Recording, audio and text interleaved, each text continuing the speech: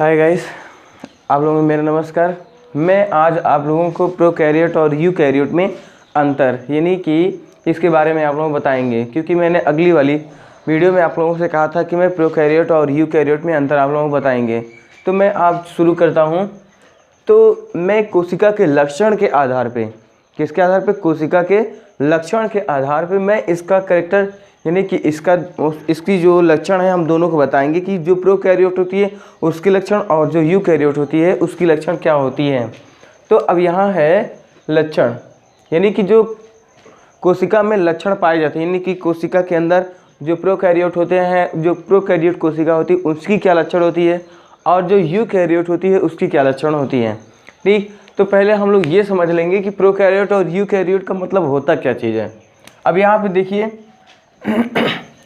Prokaryote की मतलब होता है प्रो माने प्रिमिटिव, प्रो मतलब होता है प्रिमिटिव, प्रिमिटिव का मतलब होता है आद्य। ठीक, प्रिमिटिव का मतलब होता है आद्य। आद्य का मतलब ये हुआ कि अविकसित कोई भी सेल जो प्रिमिटिव हो, मतलब आद्य हो, मतलब अविकसित हो, उसको कहा जाता है क्या? यानी कि प्रोकैरियोट। ठीक, अब उसके बाद कैरियोन। अब ये जो कैरियोन शब्द आया है यहाँ पे, ठीक, प्रो और कैरियोटिक। ठीक, कैरियोटिक शब्द कैरियोन से लिया गया है। कैरियोटिक शब्द कहाँ से ली गई? कैरियोन से। अब ये जो कैरियोटिक शब्द कैरियोन, अब ये है कहाँ से? कैरोन जो है एक लैटिन शब्द है। ठीक, ये क्या है? लैटिन भाषा। ठीक, अब ये लैटिन भाषा, कैरियोन का मतलब होता है न्यूक्लियस। कैरियोन का मतलब होता है न्यूक्लियस यानी केंद्रक, अविकसित केंद्रक। अब जिसका अविकसित केंद्रक होता है उसे कहा जाता है प्रोकैरियोट। ठीक, अब ये जो प्रोकैरियोट जो होते हैं इसका डेवलपमेंट 3.5 मिलियन एगो हुआ था। 3.5 मिलियन एगो हुई थी। अब उसके बाद आती है यूकैरियोट। ठीक, यूकैरियोट ईयू यानी कि ईयू का मतलब होता है गुड और वेल, यानी कि पूर्ण विकसित कोशिका। अब यहाँ पे आएगी पूर्ण विकसित कोशिका, यानी कि पूर्ण विकसित, क्या कह रहा है? पूर्ण विकसित, गुड और वेल। और उसके बाद कैरियोन, तो यानी कि जो कैरियोटिक है वो कैरियोन से लिया गया है। कैरियोन से यानी कि न्यूक्लियस यानी केंद्रक, यानी कि पूर्ण तरीके से विकसित केंद्रक ये है। अब इसकी जो डेवलपमेंट होती है 2.5 से लेकर के 3 मिलियन एगो, यानी कि इतने साल पूरा पहले हुई थी। अब आगे चलते हैं हम लोग। अब यहाँ पे वो तो सिर्फ इसके यानी प्रोकैरियोट और यूकैरियोट के शब्द के मतलब हो गए हैं। अब यहाँ पे इसके लक्षण यानी कि कोशिका के प्रकार यानी कि टाइप ऑफ सेल। अब जो सेल होते हैं वो 2 प्रकार की होती हैं। कितने? एक जो होती है आद्य है यानी प्रिमिटिव है, एक क्या है? आद्य यानी अविकसित यानी प्रिमिटिव, ये विकसित होती हैं। और जो यानी प्रोकैरियोट होती है वो क्या होती हैं? प्रिमिटिव होती हैं। और जो यूकैरियोट होती है वो विकसित होती है।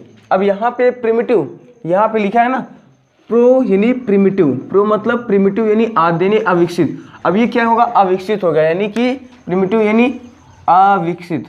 ठीक, अविकसित है। ठीक, अब ये है प्रिमिटिव और ये क्या है? विकसित, क्योंकि यहाँ पे देखिए पूर्ण विकसित लिखा हुआ है। क्या लिखा हुआ है? पूर्ण विकसित लिखा हुआ है। उसके बाद आता है, ये तो हो गया सेल के प्रकार के हिसाब से इसका अंतर। दूसरी है इसका कोशिका द्रव है, यानी कि अब ये जो कोशिका द्रव पाई जा रही है इसमें यानी कोशिका के यानी कि ये जो सेल है, अब मैंने यहाँ पे 2 कैरेक्टर बना दिया है। एक यूकैरियोटिक सेल है और एक प्रोकैरियोटिक सेल है और एक यूकैरियोटिक सेल है। अब इसमें क्या किया है कि इसमें देखिए पूरी तरीके से साइटोप्लाज्म जो होता है यानी कि फैला हुआ है, इसमें भी और इसमें भी पूरी तरीके से जो बिंदी नुमा स्ट्रक्चर है वो फैला हुआ है। ठीक, अब ये जो साइटोप्लाज्म है, अब यही साइटोप्लाज्म के आधार पे क्या होता है? पूर्ण कोशिका के अंदर फैला होता है। अब यहाँ पे क्या है कि इसमें किसी न्यूक्लियस का डेवलपमेंट नहीं हुआ। यहाँ पे क्या है? न्यूक्लियस जो होती है न्यूक्लियस का डेवलपमेंट नहीं हुआ है, लेकिन इसमें क्या होता है? न्यूक्लियस का डेवलपमेंट हुआ रहता है, क्योंकि यहाँ पे सेल मेम्ब्रेन चारों तरफ से घेरे हुए हैं। और यहाँ पे क्या है? अब इसमें लिखे हो ना कैरियोन। अब यहाँ पे क्या है? अविकसित। अब ये अविकसित इसमें तो है ही नहीं, अब इसमें तो पूरी तरीके से विकसित है, तो ये विकसित हो गया है। क्या हो गया? विकसित। और उसके बाद कोशिका में पूरी तरीके से फैला होता है। अब ये जो साइटोप्लाज्म होता है यानी कि कोशिका द्रव होता है, ये पूरी तरीके से इसमें डीएनए के संपर्क में भी रहता है, वो फैला रहता है। और इसकी जो डीएनए होती है पूरी साइटोप्लाज्म में कहीं पे भी बिखरा रहता है। ये नहीं कि सिर्फ यहाँ पे रहे या तो यहाँ रहे या तो बीच में ही रहे, ऐसा कुछ भी नहीं होता है। ये सिर्फ एक किसी मतलब कि जो साइटोप्लाज्म होता है पूरी तरीके से फैला। अब इसके अंदर क्या है, यानी कि इसमें क्या है, केंद्रक एवं कोशिका के बीच सीमित। अब यहाँ पे क्या है, जो साइटोप्लाज्म है यानी कि कोशिका द्रव्य है। अब ये कोशिका द्रव्य क्या होता है, ये केंद्रक झिल्ली है चारों तरफ से, और उसके बाद क्या है कि यहाँ पे कोशिका द्रव्य है। इससे ये जो कोशिका द्रव्य है इसके अंदर प्रवेश नहीं कर सकता, तो इसीलिए कहा गया कि ये एक सीमित में रहता है। किस में रहता है, सीमित में रहता। और यहाँ पे इसके चारों तरफ से ये क्या करता है, सेल मेम्ब्रेन है। अब ये जो सेल मेम्ब्रेन है, सेल मेम्ब्रेन इसको चारों तरफ से पूरी तरीके से घेर कर रखता है। ठीक, अब बीच में क्या है, ये न्यूक्लियस है, इसको अंदर जाने नहीं देता। अब न्यूक्लियस के अंदर न्यूक्लियोप्लाज्म होता है। न्यूक्लियस के अंदर क्या होता है, न्यूक्लियोप्लाज्म। अब ये तो हो गया दूसरा डिफरेंस। अब उसके बाद आती है तीसरा, यानी केंद्रक। यानी केंद्रक के आधार पे अब क्या होता है इसमें, आरंभी यानी कि आरंभी इंसिपिएंट। ठीक, अब ये आरंभी है यानी इंसिपिएंट है, ये केंद्रक होता है। इंसिपिएंट यानी कि ये विकसित हो रही होती है। अब विकसित हो रही होती है कि मतलब ये नहीं समझ लीजिएगा कि इसमें पूरी तरीके से डेवलप हो। अब इसमें कहा गया विकसित हो रही है, इसका मतलब है कि अभी भी इसके अंदर कुछ है। अब वो कुछ है का मतलब ये है कि यहाँ पे देखिए न्यूक्लियस जो है यानी न्यूक्लियोइड है। न्यूक्लियोइड जो है वो क्या है कि डेवलप हो चुकी है। न्यूक्लियोइड जो है वो क्या हो चुकी है, डेवलप हुई है, लेकिन इसके चारों तरफ न्यूक्लियस मेम्ब्रेन डेवलप नहीं हुई है। न्यूक्लियस मेम्ब्रेन डेवलप नहीं हुई है, तो इसीलिए कहा गया ये विकसित अवस्था में जा रही है। किस अवस्था में, विकसित अवस्था में। और यहाँ क्या है, पूरी तरीके से विकसित है। यहाँ पे क्या है, पूरी तरीके से विकसित हो चुकी है, इसलिए इसको विकसित अवस्था में नहीं कि पूर्ण विकसित अवस्था में कहा जाती है। अब आती है बात, उसके बाद आती है कि ये तो हो गया न्यूक्लियोइड। अब इसको जो होती है ना, इंसिपिएंट केंद्रक वाले जो होते हैं उसको कहा जाता है कि न्यूक्लियोइड। अब यहाँ पे जो प्रोकैरियोट बैक्टीरिया है, क्या है, प्रोकैरियोट बैक्टीरिया। प्रोकैरियोट बैक्टीरिया के अंदर जो भी न्यूक्लियस यानी कि न्यूक्लियोइड पाया जाता है, यानी डीएनए पाया जाता है, इसके अंदर जो डीएनए पाया जाता है उसको न्यूक्लियोइड कहा जाता है। लेकिन जो यूकैरियोट के अंदर पाया जाता है डीएनए, उसको न्यूक्लियोइड नहीं कहा जाता। ठीक, अब ये हो गया इसका पहला। दूसरा क्या है, इसमें न्यूक्लियस मेम्ब्रेन या और न्यूक्लियस और न्यूक्लियोलस अनुपस्थित होते हैं। अब ये न्यूक्लियस मेम्ब्रेन क्या है, न्यूक्लियस मेम्ब्रेन यानी केंद्रक झिल्ली। अब इसमें देखिए चारों तरफ से इसकी जो केंद्रक झिल्ली होना चाहिए वो केंद्रक झिल्ली नहीं है। ये प्रोकैरियोट का लक्षण है प्रथम। और उसके बाद न्यूक्लियस। अब यहाँ पे देखिए जो यूकैरियोट है, यूकैरियोट में केंद्रिका है। यूकैरियोट में क्या है, केंद्रिका है, लेकिन इसके अंदर केंद्रिका नहीं है। अब इसमें कहा ना न्यूक्लियस, ठीक, न्यूक्लियस मेम्ब्रेन और उसके बाद न्यूक्लियोलस और उसके बाद उपस्थित होते हैं। यूकैरियोट में क्या है, उपस्थित है, और प्रोकैरियोट में क्या है, उपस्थित नहीं है।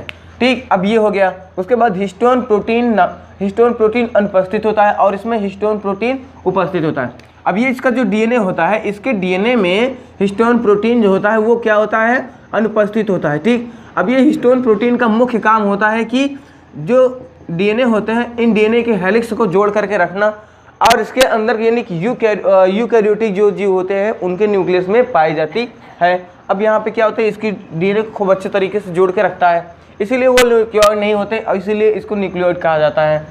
अब आती है बात इसकी सेल ऑर्गन्स की, सेल ऑर्गन्स की। अब ये जो है सेल ऑर्गन, राइबोसोम और उसके बाद मीसोसोम, यानी कि राइबोसोम जो है वो भी है 70S प्रकार का। अब इसके अंदर जो राइबोसोम पाया जाता है वो भी है किसके प्रकार का, 70S। यानी प्रोकैरियोट जीव में राइबोसोम तो पाया जाता है लेकिन 70S प्रकार का, उसी प्रकार यानी 80S प्रकार का राइबोसोम नहीं होता। तो ये है यानी कि प्रोकैरियोट का गुण। और उसके बाद है मीसोसोम। अब यहाँ पे क्या है, मीसोसोम नामक एक सेल ऑर्गन पाया जाता है जो क्या करता है, यानी कि यूकैरियोट में जो माइटोकॉन्ड्रिया होती है, माइटोकॉन्ड्रिया का काम बैक्टीरिया के अंदर मीसोसोम करता है।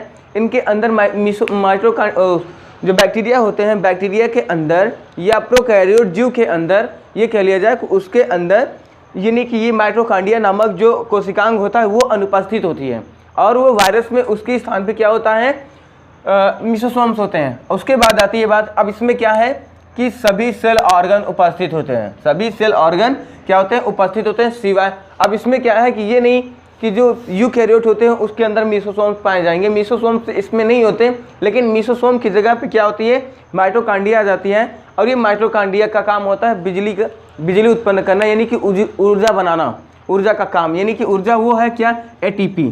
ठीक, एटीपी का सिंथेसिस करना, इसीलिए इसे power house of the cell यानी कि कोशिका का बिजली घर कहा जाता है। इसीलिए इसे क्या कहा जाता है, कोशिका का बिजली घर। ठीक, अब ये हो गया इसका यहाँ तक, यानी कि सेल ऑर्गन्स के हिसाब से इसकी उपस्थिति और अनुपस्थिति। इसमें देखिए कि सभी सेल ऑर्गन जो है उपस्थित हैं। यहाँ पे क्या है, ये गोल्जी बॉडी है। ठीक, इसके बाद ये है स्मूथ एंडोप्लाज्मिक रेटिकुलम यानी SER है। उसके बाद रफ एंडोप्लाज्मिक रेटिकुलम है, इसके चारों तरफ में लगा हुआ है। और ये जो रफ है, इसके यहाँ पे जो बिंदी बिंदी सा दिखाई देता है वो राइबोसोम के पार्टिकल्स होते हैं। और उसके बाद क्या है, माइटोकांड्रिया है, और उसके बाद है माइक्रोट्यूब्यूल्स है। और ये सभी प्रकार के इसकी जो यानी कि जो यूकैरियोटिक कोशिका होते हैं उसमें सब विकसित होते हैं, यानी कि पूरी तरीके से जो अदर भी सेल ऑर्गन्स पाए जाते हैं ये सब पूरी तरीके से इसमें आते हैं, लेकिन इसमें सभी सेल ऑर्गन्स उपस्थित नहीं होते हैं प्रोकैरियोट में। अब आगे आते हैं अर्धसूत्री विभाजन और समसूत्री विभाजन, यानी कि मियोसिस एंड माइटोसिस। ठीक, मियोसिस एंड माइटोसिस जो प्रक्रिया होती है वो प्रोकैरियोट कोशिका में नहीं होता और यूकैरियोट कोशिका में होता है। अब यहाँ पे देखिए इसमें क्या होता है, अनुपस्थित होता है, इसमें क्या होता है, उपस्थित होता है। अब बात ये पड़ती है कि इसमें उपस्थित है और इसमें इसमें अनुपस्थित है और इसमें उपस्थित, ये कैसे हो जाता है, क्योंकि इसका जो केंद्रक होता है इसका जो न्यूक्लियस होता है, न्यूक्लियस क्या करता है, अपने अंदर एक विशेष आदेश ले करके इसके अंदर फ्यूजन यानी कि बडिंग की सिस्टम लिया कि यानी एसेक्सुअल रिप्रोडक्शन को प्रेरित कर देता है। ये किसको प्रेरित करता है, एसेक्सुअल रिप्रोडक्शन यानी अलैंगिक जनन को प्रेरित करता है। लेकिन क्या है कि इसके अंदर जो यूकैरियोटिक सेल होते हैं इनके अंदर एसेक्सुअल रिप्रोडक्शन और यानी कि सेक्सुअल रिप्रोडक्शन यानी कि अलैंगिक जनन और लैंगिक जनन दोनों की क्रिया इसके अंदर निहित होते हैं यानी पाए जाते हैं। ठीक, अब ये इसमें कुछ जीव होते हैं कि जो अलैंगिक जनन क्रिया करते हैं, लेकिन ज़्यादातर इसमें जो एनिमल्स होते हैं वो ज़्यादातर क्या करते हैं कि सेक्सुअल रिप्रोडक्शन करते हैं। ये कैरेक्टर है यूकैरियोट का। अब उसके बाद आती है यानी कि सेल वॉल। ठीक, ये मुख्य अंतर होता है, सेल वॉल जो बांटा जाता है तो इसमें क्या है कि जो सेल वॉल होती है वो जो प्रोकैरियोट जीव होते हैं उनमें पाई जाती है, लेकिन क्या है, पतला व दुबला, पतला क्या और क्या होता है, दुबला होता है। और उसमें म्यूसिलस नामक एक पदार्थ सीक्रेट होता है जो क्या करता है, उसकी लेयर को पूरी तरीके से चिकना बनाए रखता है। और यहाँ पे जो सेल वॉल होती है ना वो पतला और चिकना होता है, सॉरी पतला और दुबला होता है, दुर्बल एकदम पूरी तरीके कमज़ोर होता है, ये नहीं कि एकदम सॉलिड होता है। लेकिन जस्ट उसके अपोजिट इसमें क्या है, मोटा व मजबूत होता है। यानी कि जो यूकैरियोट वाले होते हैं, यूकैरियोट में जो यानी सेल वॉल पाया जाता है वो क्या होता है, मोटा होता है और मजबूत होता है। अब ये बात आती है कि यूकैरियोट में एनिमल और प्लांट दोनों आते हैं। तो यहाँ पे अगर सेलुलोज की यानी कि सेल वॉल की बात कर रहा है, किसकी बात, सेल वॉल यानी कोशिका भित्ति की बात कर रहा है, तो जाहिर सी बात है कि वहाँ प्लांट सेल होना चाहिए। अब वहाँ पे जब प्लांट सेल होता है, प्लांट सेल के चारों तरफ यहाँ पे इस तरीके से अगर प्लांट सेल होता तो इस तरीके से इसके चारों तरफ एक सेल वॉल नामक लेयर होती। सेल का मतलब होता है कोशिका और वॉल का मतलब होता है आवरण, यानी कोशिका का आवरण होता। और ये चीज़ जो कोशिका का आवरण है ये चीज़ किसमें पाई जाती है, सिर्फ प्लांटों में पाई जाती है, ना कि एनिमलों में पाई जाती है। लेकिन जो प्लांट होते हैं वो भी क्या होते हैं, यूकैरियोट होते हैं। प्लांट क्या होते हैं, यूकैरियोट होते हैं। ठीक, अब उसके बाद आती है बात, ठीक यहाँ पे ये हो गया। उसके बाद आती है रिक्तिका यानी वैकुल्स की बात। वैकुल्स में क्या होते हैं, जो प्रोकैरियोट जीव होते हैं, वैकुल्स में यानी कि जो प्रोकैरियोट होते हैं उनके अंदर तो ये अनुपस्थित होता है, क्योंकि यहाँ पे देखिए जो बैक्टीरिया है इसके अंदर आप कहीं भी वैकुल्स यानी कि रिक्तिका आप नहीं पाएंगे। लेकिन यहाँ पे क्या है कि जो यूकैरियोट कोशिका होती है, यूकैरियोट में कहीं कहीं पे आपको छोटे छोटे वैकुल्स देखने को मिल जाएंगे। लेकिन ये वैकुल्स अगर आपको अच्छे से देखनी है तो प्लांट सेल में बहुत अच्छे से दिखेगा, जो मैं आगे की क्लास में आप लोगों को बताऊँगा।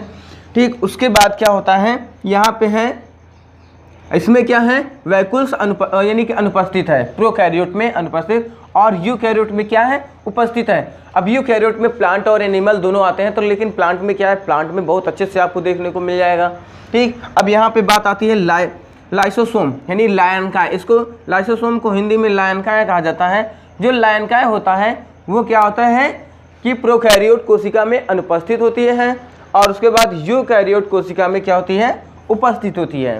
ठीक, अब उसके बाद आती है कि ये हो गया। अब साइटोस्केलेटन यानी कि कोशिका कंकाल की बात करते हैं।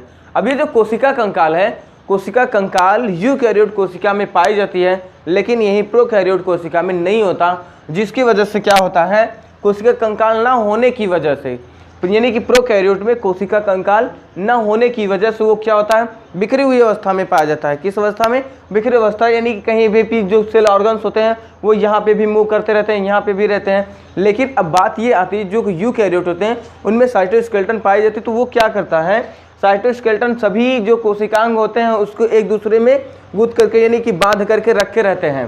ठीक, अब ये बांध कर भी रखे रहते हैं और नहीं भी रखे। कुछ सेल ऑर्गन्स होते हैं कि जो बंधे रहते हैं, जैसे माइटोकॉन्ड्रिया हो गया और एंडोप्लाज्मिक रेटिकुलम हो गया, इसको एक निश्चित स्थान मिल जाता है रहने के लिए। लेकिन उसकी तरफ एक देखा जाए जो माइक्रोट्यूबुल होती है, और उसके बाद जो ये माइक्रोट्यूबुल हो गया और उसके बाद राइबोसोम होती है, ये मुक्त अवस्था में एक जगह दूसरी जगह यानी कि मूवमेंट करते रहते हैं। उसमें एक खास बात और होती है कि जो इसके आरएनए होते हैं वो आरएनए निश्चित यानी कि एक स्थान पर नहीं रहता, वो हर जगह पे मूव करता रहता है। तो ये आप लोगों का आज प्रोकैरियोट और यूकैरियोट में अंतर था, तो आप लोगों को